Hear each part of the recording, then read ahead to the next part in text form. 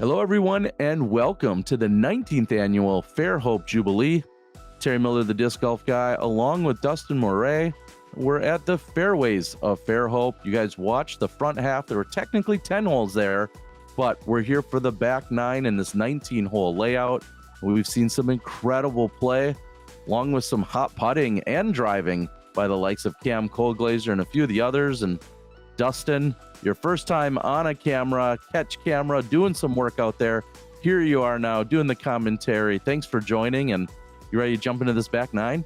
I am. The commentary space is definitely the one I'm most comfortable and hopefully where I'll be successful, as we're kind of getting towards the end of this wooded stretch. And this is definitely a very touchy shot that these players are going to have to navigate. As that looks like it actually fought through. Somehow it slipped through everything for Ben here on hole number 12. The hole numbers are a little offset simply because there's a few holes that were removed and a few temporary or additional holes that had to be put in to come up with this 19-hole layout. Yeah, definitely just trying to navigate through the different construction that's going on at the park for some of the baseball diamonds. But we were able to get a good layout here, and Colin executes that backhand exactly the way that you want. Just got to keep it nice and straight for all 232 feet. There's a bit of a backstop, I would kind of say, behind the basket, so you can kind of just run this one and not really have to worry too much about going too far. That's about 20 or so feet past the pin. Very makeable putt for Caleb. As JC has been slicing these fairways with these backhands, if you saw it in the first part, newly sponsored by Prodigy Disc, it looks like he's picked up the new Classic, no problem. He has been really doing well with these straight shots and backhand turnovers. Parks another basket. So Cam, the one that has to do a little bit of the approaching here. Everyone else looks like they're at least up there for a look. Absolutely. We should be seeing plenty of birdies here, Terry. If you can just get through that first 150 feet or so of trees, you're definitely going to find yourself with a good opportunity to score. Alongside hole 11 in that 10 to 13 stretch, these are the holes you really want to be getting.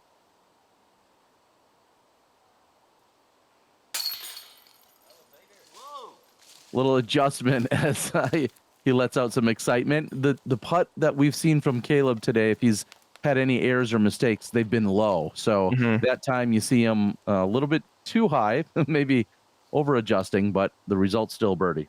He's definitely thrown well, I feel like, today, but just had a little bit of struggles on the putting green. And Ben throwing a little low. Tough break there for him, as we're going to see JC have a great chance at birdie here. This hole was averaging 2.5, so nearly or exactly a half stroke below par. So second easiest hole on the course statistically, and just one you absolutely want to get. So seeing the par by Ben, and then also seeing a par here by Cam is going to hurt their stats against the rest of the field, although Cam's still shooting pretty well at 7 under.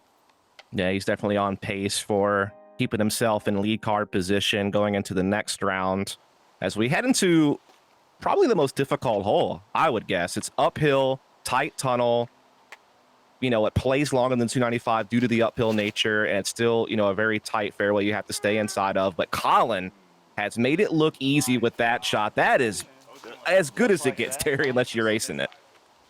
We're going to have to change his name to Colin Backhand. Yes. Is what I'm thinking. That was so beautiful.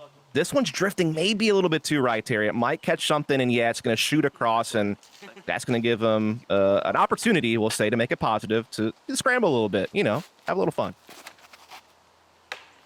Oh, that is squared. He was looking down at the tee pad in part of his pre-shot routine. He was really, just trying to make the adjustment. It felt like that tee was maybe a little bit slick. Yeah, I think it also has like a forward slope on the backside of it or something like that. It's definitely a little bit tricky, especially because you're, throwing very uphill. So do have to be careful. And they just had a brief conversation as to where this tee officially ends. We've seen tee pads like this where they're designed and then they put kind of an erosion control or something in the front. But it's not really clear in this case as to if that's part of the tee or not. So that was the brief conversation they had, and they said that is the entire thing is truly the tee in this case. So just for clarity out there. Yeah, Cam just getting a little bit too much in-flight fade there. Had a pretty good line, but it's going to get caught up early as we see Ben having a really tough scramble shot there, but it looks like he made the most of it from what I can tell. Everybody was excited about that. That was a great scramble shot there by Ben, and we'll see if he can save the par. This is a tricky one here for JC. He got caught up really early. He's going for an understable forehand, but did not get enough angle on it. It just kind of flew too straight. So he is still going to be scrambling a little bit, but at least now he has an open look and probably a more comfortable shot for his personal game. Oh, no, even that one got a little bit too much turn and height. So he is still on the struggle bus for this hole. Very unlike him. He's been so clean throughout the tournament thus far.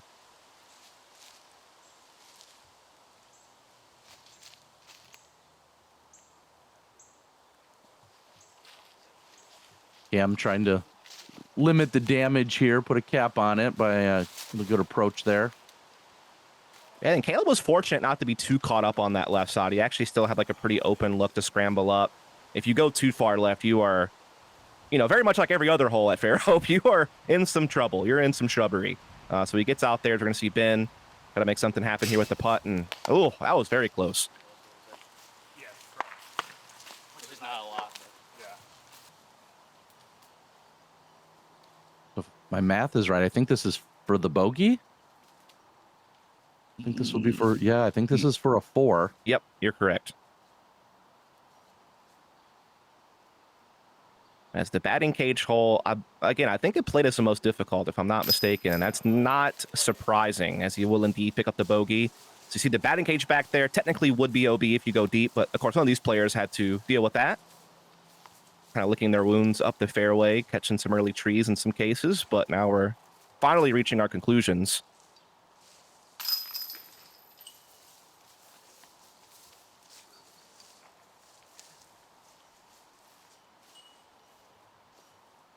Colin with that beautiful drive you talked about, walks away with the birdie. And with that, he's going to take the outright lead over Cam Colglazier. If you were following along with the live scoring, which I was, I noticed at this point that is the hottest round going. Colin with the 8, Cam with the 7. So you would call Colin our outright leader. Indeed. Definitely one of the guys who performs very well in this region. So not surprised to see him doing well, as we're on now the island hole in the short pin position. Normally a very straightforward hole as long as you control the height of your disc correctly. But again, it is so headwindy that this has become so difficult in comparison to what you normally expect, as that was a little too high. I think he luckily stayed in bounds, though, there. You can short it before the road and still be in bounds. Otherwise, you will be going to a drop zone.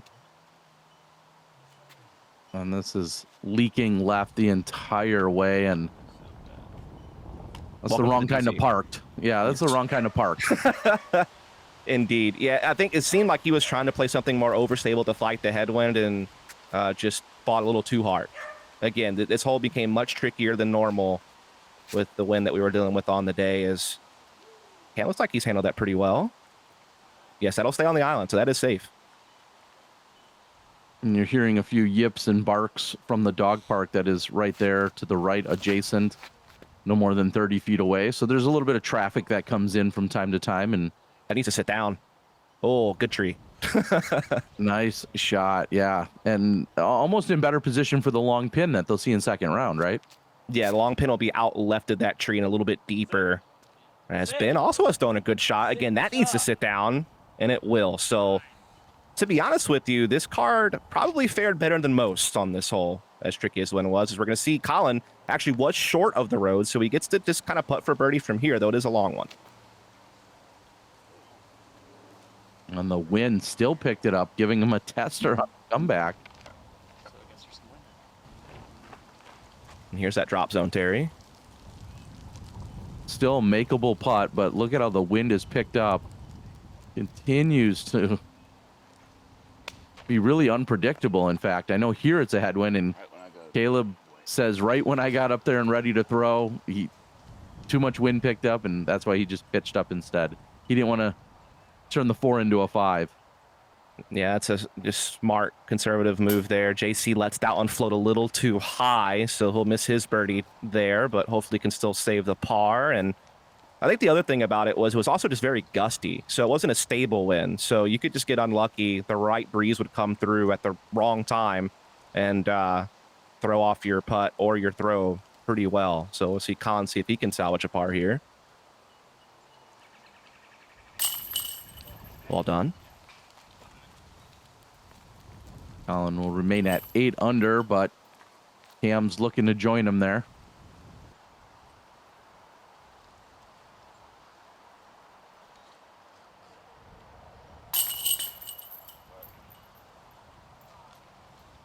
Solid putt, making it look easy.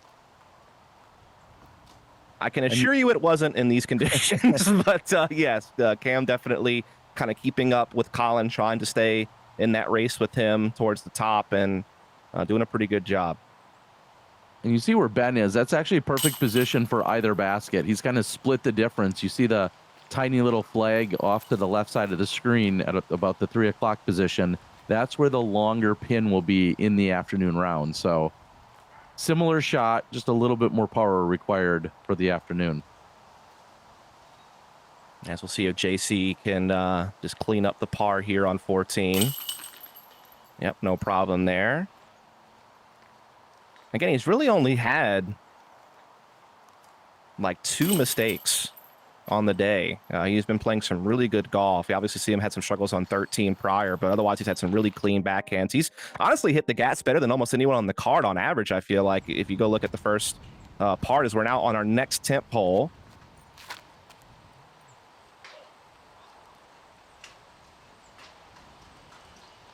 That's drifted a little too left. You see the wind. Yes. It's crazy out there. Yeah, again, this is what would normally be kind of just like a stock hyzer shot for most of our players. A very short distance. The road is OB, so if you're too right or too deep, you could go OB. And also, if you go over this fence into the football field, that would also be OB, though that usually doesn't come into play. Usually, at worst, you're just scrambling from the bushes on the left and, you know, losing a stroke because of that. But again, the wind has made this very challenging.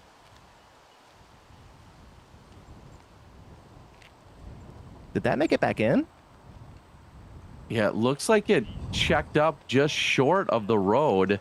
Okay. Which is a little bit deceiving, especially standing where we are.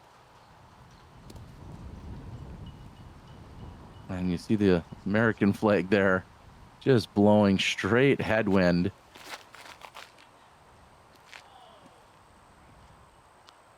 Nice shot, though, from JC. Fought the headwind well at something overstable. Stayed center fairway. Not sure how deep he is from the basket, but he at least has a look. And Caleb also throwing something overstable there. And kind of following the same line as JC. They're right next to each other. A little bit closer to the basket is going to be Caleb, but well done.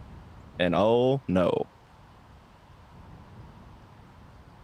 Yeah, and he, we'll say, slid underneath those trees even more than anyone really noticed or anticipated. He's just trying to throw the flick out and over. What a mistake by Colglazier. Oh, that one is going to sting. That is for sure. You really don't want to be taking a big number on this hole. Yes, the wind was making it challenging, but with the distance and the fact it's out in the open, you really want to at least get a par out of this one.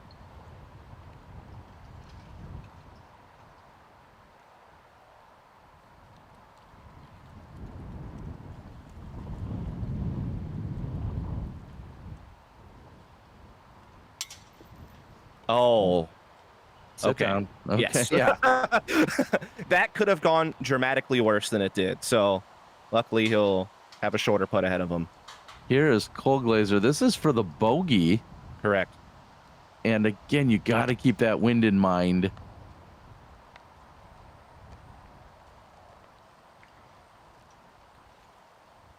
Oh, boy. Oh, and bad's just gone to worse. That is not good. I think that's a harder putt than what he started with off the OB line. Very lengthy one ahead of him here to try to salvage now the double bogey. This could get real bad real quick. But well executed there from Cam. I'd imagine mixed emotions, Terry, because you don't want to take a double, but considering the situation you were in after that missed putt for bogey, probably happy he was able to get out of there.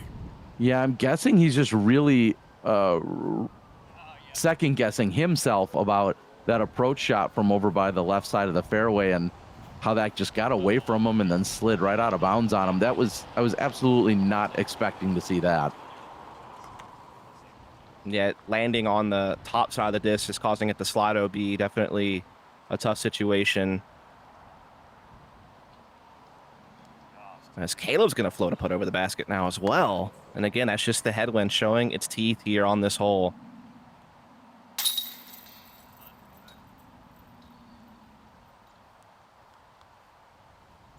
And this being a temporary hole, labeled B, this is not one you would typically find if you came out to the course on any given day or week.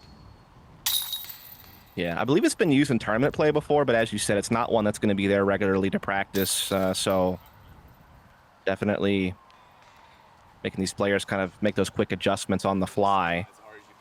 And I don't want to spoil it too much, but I believe the MA2 division was decided for the champion on that very hole just about 24 hours prior, or 20 hours prior, I should say. And a huge run that comes out of Ben. I believe that was a max, and he was telling me how hard he needs to throw that to try and get it there. And you see just a little bit short, but certainly in birdie range. Yeah, this is a very open hole. It's one of the longest holes on the course. I think only hole 6 would require a longer distance shot than this one. So all of 350 feet. You definitely want to try to get down towards the basket as much as you can. If you're too far up the slope left, you're going to be faced with the death putt. And these players are, again, contending against a very stiff headwind. And so that's a great shot there from JC. If you can be, on the downslope, putting uphill or just anywhere in circle 1, that's going to do it for you. A lot of these players are playing that wider spike hyzer. You will occasionally see people in fair conditions just go straight at it. But unfortunately, Caleb gets caught up there.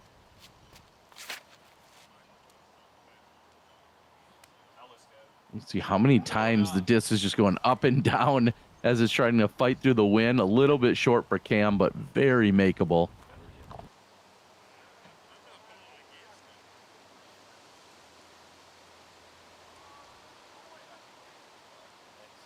Good looking approach from Caleb. Those are easy to kind of let go, and then all of a sudden the nose gets up and that thing carries 40 or 50 feet past. So what looked like a routine approach shot, still well executed by Caleb in this wind. Yeah, now JC has that uphill putt crosswind. So again, you want to make sure you stay up there. Worst case scenario, but obviously trying to ring it up as well. Oh, good bid, and it does stay. So that is great news. Sometimes you will see that disc roll right on back towards you with that slope. So that's good for him that he'll be able to kind of just get the par tap in.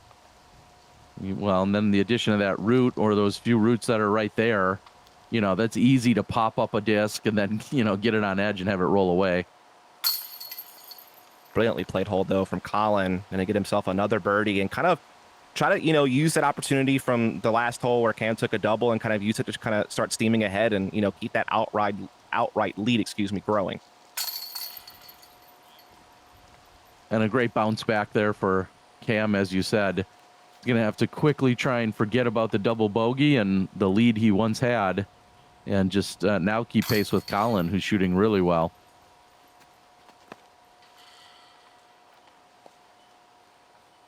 And as these guys are tapping in, I just really quickly want to say you've seen a number of the transitions in between holes. You've seen sponsors that have been popping up. Some of them are longtime sponsors. Some of them are specific to the event. But thank you to everyone that's contributed. I really appreciate it.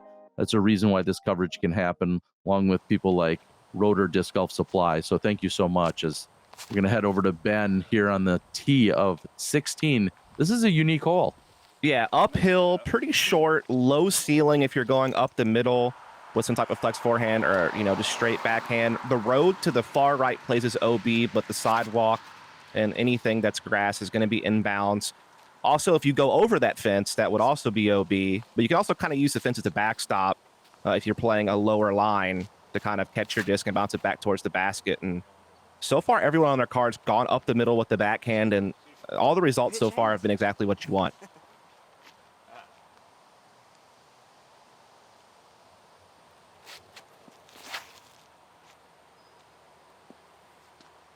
Low and up the middle. Good looking shot there. But you hear him talking about hitting chains as it hits the backstop. The chain link fence.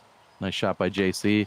Oh, little high. And that's the mistake you can make, is if you get a little too high, it'll catch one of those branches and kind of take birdie away. But oh, that was almost a little bit of a throw in. Trying to make up for it, doing some work out there. Here's Colin. And the silent chains, or the very quiet chains, pushes him to double digits under par. He has really executed well today, Terry. Having a great round, been great on the putting green, very clean with his lines. Again, definitely playing up to the standard that a lot of us locals know that Colin's capable of. And so I'm sure he's pretty happy with how things are going so far, with only a couple of holes left to play. Great birdie and a tap in here for Ben. Oh! Oh, no. No, no, no. Yeah, take that bag off. Probably should have did that the first time around. Oh, no. Wow, he confirms that you get the meter off the fence, but man. Thank Lord for that fence, by the way. If that wouldn't have been there, he might be looking at a couple of putts. Oh. Yeah, certainly a little mental lapse, maybe even a physical one, whether it was bag related or not. But just, you know, that's taking it for granted, unfortunately, for Ben, and he's gonna have to just kind of pick up and move on. Oh, that's a tough one. As we're on now another tip hole. This is hole A. Very much just a spike hyzer. Don't go too deep to the road. Pretty textbook shot. But again, the headwind was making this a little bit trickier. As we can see, a lot of stuff is just drifting way more than you'd expect.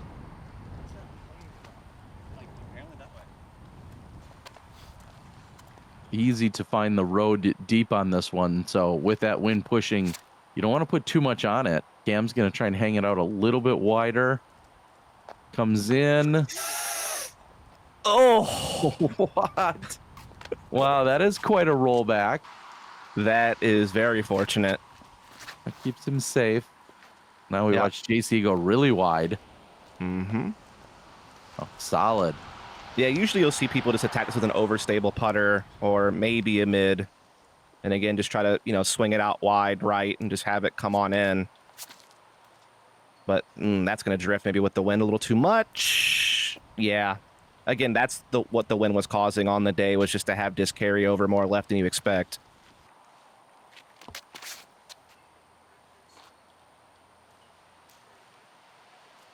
That's just a really overstable mid. I'm not sure what it is, but I think looks it's a Justice. Okay, I've seen him throw it even on a few other approaches, and also a few other drives. Very overstable. Yes. Ben's got an opportunity for a long look. Oh, wow. Great bid. You saw the graphic a moment ago also by Flexline Productions. Big shout out to those guys. Worked with them to get as much footage as possible on the weekend. They're going to put together some action as well. But yeah, Colin proclaiming, I'm just stepping up and I'm just going to pitch this under the basket. Look for this, wimpy layup. It's like, hey man, you do you. Scouter giving him some booze. So Cam almost nails the birdie putt from, a decent distance away, but will chain out as Caleb has a chance for a birdie here as well. Same with JC, as they are two kind of CTPs on the card. So definitely looking to capitalize. I mean, to be fair, Colin's in the lead. He's having a great round, and he's got a tester putt into a headwind. You can't really second guess him, when he's in circle. Oh, of course not. To a somewhat elevated basket. Oh, no. One that isn't friendly, apparently. No. And again, Caleb has had some putting green woes kind of all around. He's thrown well, but has just at times struggled to do what he needs to do to get the birdie. And JC able to stay in there and get his.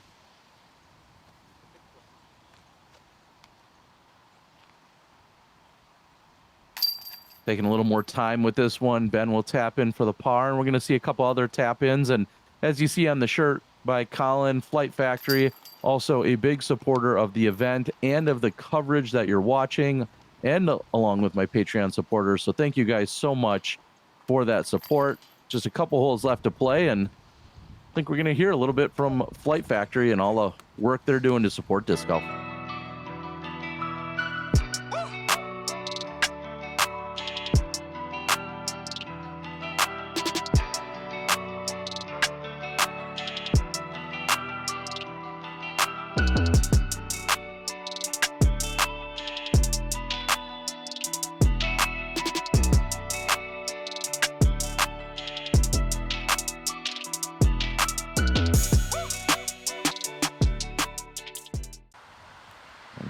Heather Young, along with so many other incredible players that are sponsored by Flight Factory. Thank you so much. We're heading over to the forehand shot, found on 17, 254 feet. What kind of a unique rule that the road is played like a river? Correct. Yeah. So as long as you're in the grass and you're not over that fence into the football field, you are in bounds. So definitely a little bit more generous with the OB, but still could be a tricky shot. The green is pretty well protected. It really kind of forces you to either be maybe a little bit short and have a lengthier putt if you go for the safer Spikeiser forehand, like you see here from Cam, lets you get a good skip. Or you can wind up, hitting one of these trees that you see there on your right that could kick you back into the road. So you have to be very careful. As that is what I was talking about, Terry. That is what you have to worry about. But luckily, he's rolled on over out of the river into the grass, and so he is still in bounds. But that is the mistake that some, players can make on the forehand approach on this hole.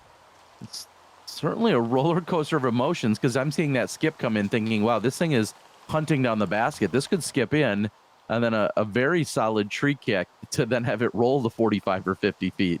Went from what looked like a park job to a long putt, as Cam doesn't convert on his long putt. Showing a little frustration there. Yeah, because he knows that Colin's set up nice, and he's already ahead by a couple of strokes. And I know that Cam wants to stay in that lead card and stay in the hunt for the tournament. So he's seeing things slip, but not been a lengthy birdie putt, and he connects. And that has to feel good, after having that kind of mistake on 16 with the bag on his back, missing an easy one, and then you come back up there and make one like that after having a tough tee shot. Well done. JC's putt is just a hair wide, so the birdie will elude him. Here's Colin trying to pick up a birdie, get to 11 under.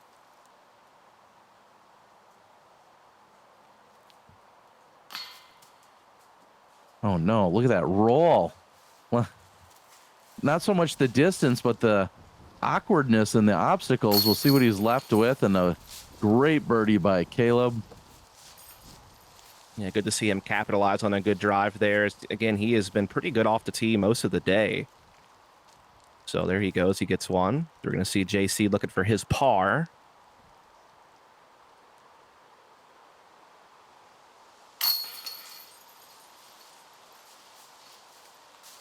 Easy cleanup. Now Colin is going to really have to maneuver himself in there and then see if he's got a little bit of a line, and it appears that he does. He doesn't take too much time with it. Yeah, he was maybe a few inches of being an absolute doom. So he does have a chance to straddle out there, and he will be able to collect the par. So well done, as we see Cam clean up here as well. There you are, running around again. Big shout out, Dustin. I really appreciate the extra work to get some more catch cam action. Now we head on to this is our 19th and final hole of the round, and pretty straightforward for us. Yeah, pretty simple hyzer shot, whether it be backhand or forehand. Does play a bit uphill, so plays maybe a tad longer than the length indicates. And again, with the wind, definitely could get some more pushes in the air than what you're used to. So definitely have to be, really controlled to stay close to the basket. Oh, bye-bye. That's way up there. That's going to be bye-bye, I think. Yeah, that's what he was calling. And then all of a sudden, it just seems to fall out of the sky, and not quite as punishing as it looked initially. Yeah, again, if you get a disc up too high in the air, with as windy as it was, it could easily just drift way out of contention, and that is what that disc faced, and that's the repercussions, yeah. So Colin learning nothing from what he just saw from the thrower before him. And And then he did fighting keep the it low. wind. Yeah. Yeah, fighting the wind in the opposite way with the forehand. I like the shot there by Colglazier, who looks so effortless with that 279-foot uphill forehand shot.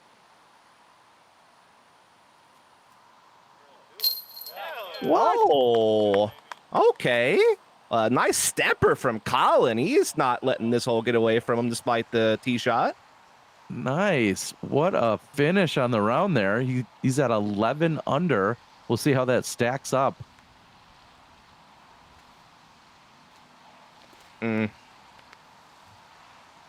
Not quite the full commit out of JC. Caleb, who's had a rough round trying to finish out, he does so with back-to-back birdies. Actually, I think he got the last three holes. He got the alternate and then 17 and 18.